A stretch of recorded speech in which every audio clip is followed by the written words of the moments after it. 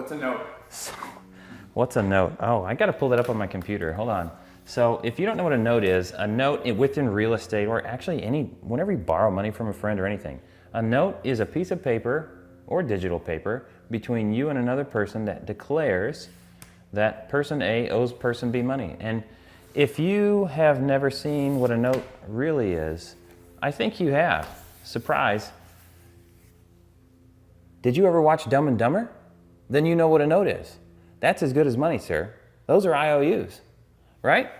Like, it's funny, but that's real life. That's a promissory note. Okay, so it can literally be a sticky note. You can do a legal contract on a sticky note. It won't have all the teeth that a normal contract does. But a note, or as a promissory note, it is any written commitment that person A owes person B something else. It can be dollars, it can be back rubs, it can be Taco Tuesdays, whatever it is, that's a promissory note. So a note, sometimes called a mortgage. What else do we call it? Paper. Paper. Wow, they got paper on that. Yeah. Who can create a note? Who can create a note? Anybody who wants to write one. You want to come rake my yard and I don't have cash to pay you? I write you a promissory note for $150. It's a big yard.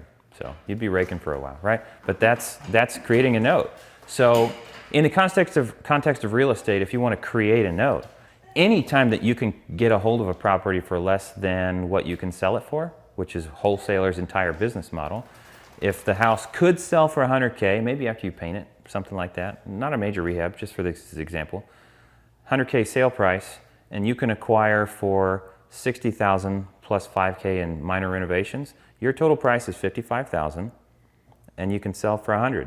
Now, you can sell for $100 total and just be done and out of the deal. That's how they normally do it. But you could sell it, have somebody bring in a loan of $60,000. There's tons of strategy behind that, separate discussion. But the equity can be a note.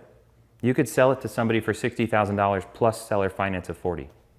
And in that case, you've got a $40,000 note. You wrote the note, you created the note, they owe it to you. It's just like a second mortgage.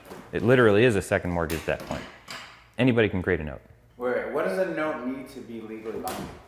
What does a note need to be legally binding? That's a really good question. It needs to be signed.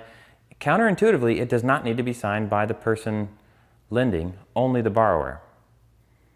It needs to declare what is being borrowed, for what term, like under what terms. So a really simple note could say, John owes Judy $5, signed by John. Nothing else needs to be in it? Nope. No payment period, no what happens if they don't pay? Doesn't have to be. Nothing. If you don't put the stuff in, you can't enforce the things. Anything that you want to be able to enforce needs to be in your promissory note. So typically you'll find a note that says, person A, legally identified as such and such with an address of such and such, owes to person B from such and such place. So they get real official with the definitions. They declare the amount. They declare over what term, like over what time period. Does it need payments along the way? Is it amortized? Is it simple interest? Or is it interest only? Or do they only take a lump sum at the end? How do you calculate interest? How do you calculate fees? How do you calculate a default? When does a late payment become a default? And when does a default become like a true default, an uncured default where you can actually take action?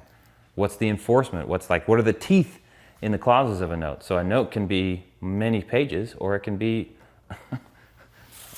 or a promissory note can be something like that. It can be a sticky note. You're going to want to hold on to that one.